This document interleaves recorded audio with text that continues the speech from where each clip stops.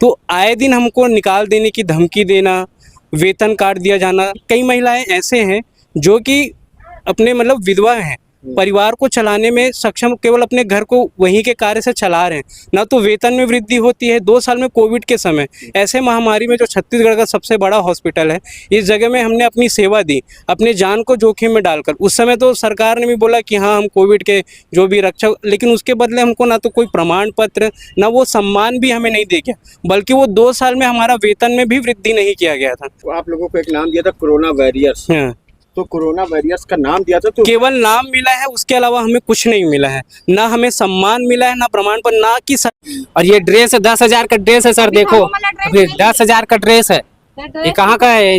10,000 काट रहे हैं, हमको सैलरी टाइम पे भी नहीं देते हैं। ठेका प्रथा बंद करो, ठेका प्रथा बंद करो, बंद करो, ठेका प्रथा बंद करो, बंद करो। आज आप लोग की जो समस्या है, ये कौन सी क्या समस्या है, और इससे क्या आप लोग इतने सारे लोग आए हैं, तो इस मामले में क्या हुआ है? और आप लोग कलेक्टर को विज्ञापन भी सौंपे हैं जी। इस मामले में क्या आश्वासन मिला है? हम सभी यहाँ मेकाहार में ठेका कर्मचारी हैं, समस्त कर्मचारी। यहाँ पे आए दिन हमारे साथ आर्थिक, मानसिक सभी प्रकार का शोषण किया जाता है। सबसे पहले बात तो हमें ये पता चली कि जो तो नियमतः ऐसा है भी नहीं, ठेका कर्मचारियों 40 लोगों को अंदर ही अंदर लेटर लेके विभागीय रूप से लेटर निकाल के उन 40 लोगों को भर्ती भी कर लिया गया। और वो लोग कुछ 4-6 महीने वाले थे। यहाँ पे जितने लोग भी महिला लोग हैं, कोई 10 साल, कोई 12 साल पुराने वहाँ पे कार्य कर रहे हैं। हम किसी को इनमें से पता भी नहीं था। जिनका नाम उस लिस्ट में आया है उनको केवल फ़ोन करके स्थापना शाखा में बुला के केवल उनका ज्वाइनिंग कराया जा रहा था। कहीं से हमको ये बात पता चली तो आज हमने वहाँ हॉस्पिटल में भी सुपरिटेंडेंट सर से बात करना चाहा, वो चले गए थे, उनसे मुलाकात भी नहीं हो पाई। तो आए दिन हमको निकाल देने की धमकी देना, वेतन काट दिया जाना।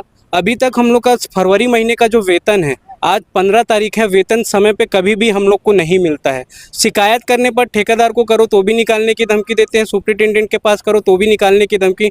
तो और इतने से कई महिलाएं ऐसे हैं जो कि अपने मतलब विधवा हैं, परिवार को चलाने में सक्षम, केवल अपने घर को वहीं के कार्य से चला रहे हैं, ना तो वेतन में वृद्धि होती है। 2 साल में कोविड के समय ऐसे महामारी में जो छत्तीसगढ़ का सबसे बड़ा हॉस्पिटल है, इस जगह में हमने अपनी सेवा दी, अपने जान को जोखिम में डालकर। उस समय तो सरकार ने भी बोला कि हाँ हम कोविड के जो भी रक्षा, लेकिन उसके बदले हमको ना तो कोई प्रमाण पत्र, ना वो सम्मान भी हमें नहीं दे गया, बल्कि वो 2 साल में हमारा वेतन में भी वृद्धि नहीं किया गया था।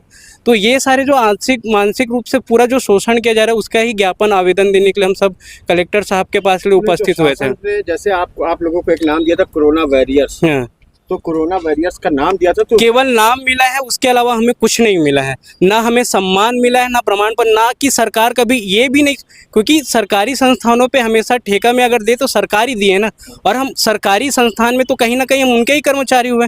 जब हम लोग स्वास्थ्य मंत्री के यहाँ भी गए थे, SDM सर से वहाँ पे मुलाकात हुई थी, तो उनको एक शब्द में वो ये बोले थे कि आप हमारे अंतर्गत नहीं है। मैंने सर को बोला सर वो सरकारी संस्थान है, जितने भी लोग आते हैं आपके अंदर में ही आते हैं, क्योंकि आप ही सरकारी ठेका में देते हैं।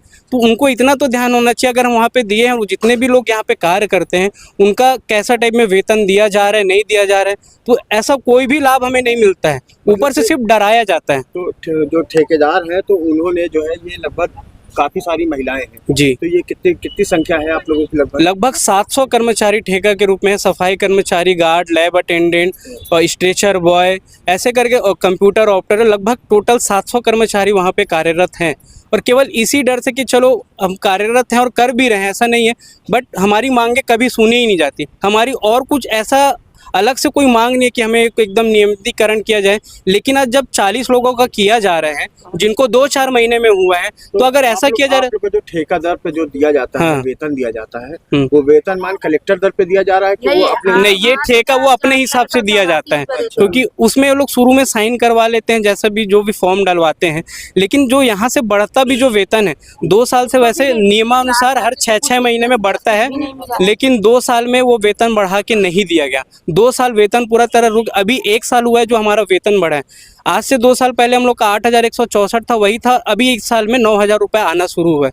कायदे से हर 6 महीने में बढ़ता है। आप किसी भी और ठेका में जाएंगे, चाहे बिजली में हो, चाहे नगर निगम में हो, सभी लोग का सैलरी आज कट फिट के PF कट के 10,000 आता है, 11,000 आता है, हम लोग का केवल 9,000 आता है। तो जो 2 इंक्रीमेंट हम लोग का रोक के रखें, वो भी हमको नहीं मिला, और बोलने पर केवल और केवल निकाल देने की धमकी। इंसान मजबूर है। आपका ये ठेकेदार कौन है? ये जो कॉल मी सर्विस है उसका नाम, कंपनी का नाम जो है कॉल मी सर्विस के नाम से है। उनको भी, ठेकेदार को, सुपरवाइजर को, हर एक को शिकायत दिया जाती है।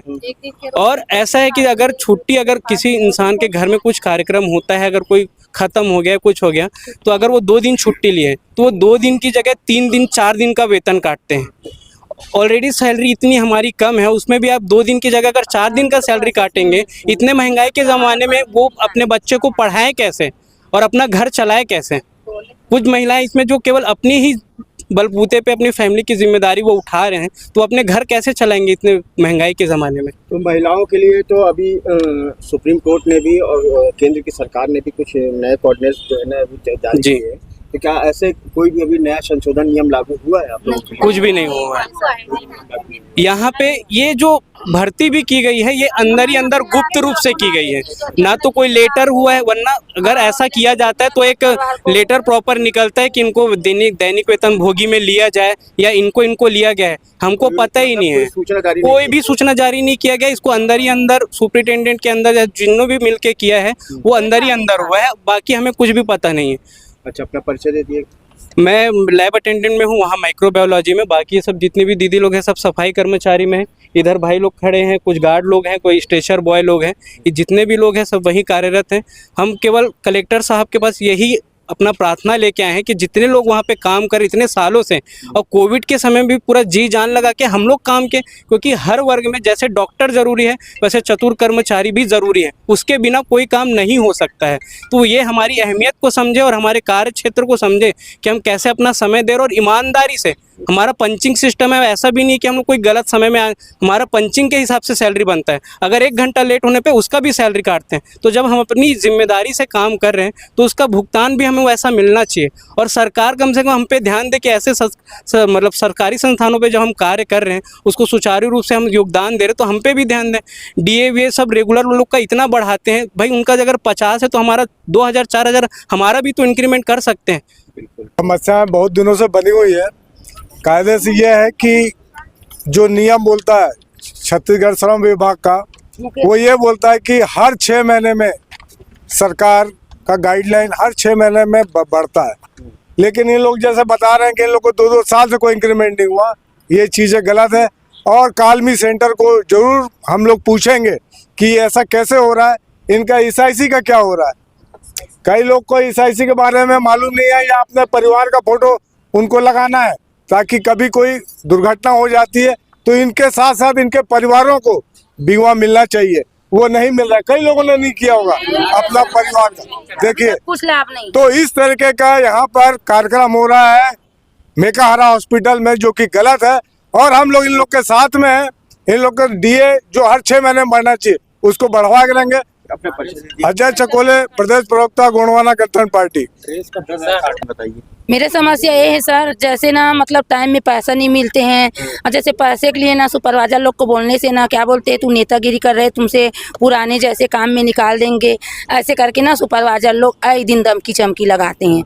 और मेन बात, हर महीना ना गार्ड लोग का 10-10 हज़ार के रूप में मतलब 2-2 हज़ार तनख्वाह काट देते हैं, 6,000 परमेंट देते हैं, घर खर्चा नहीं चल पाते हैं।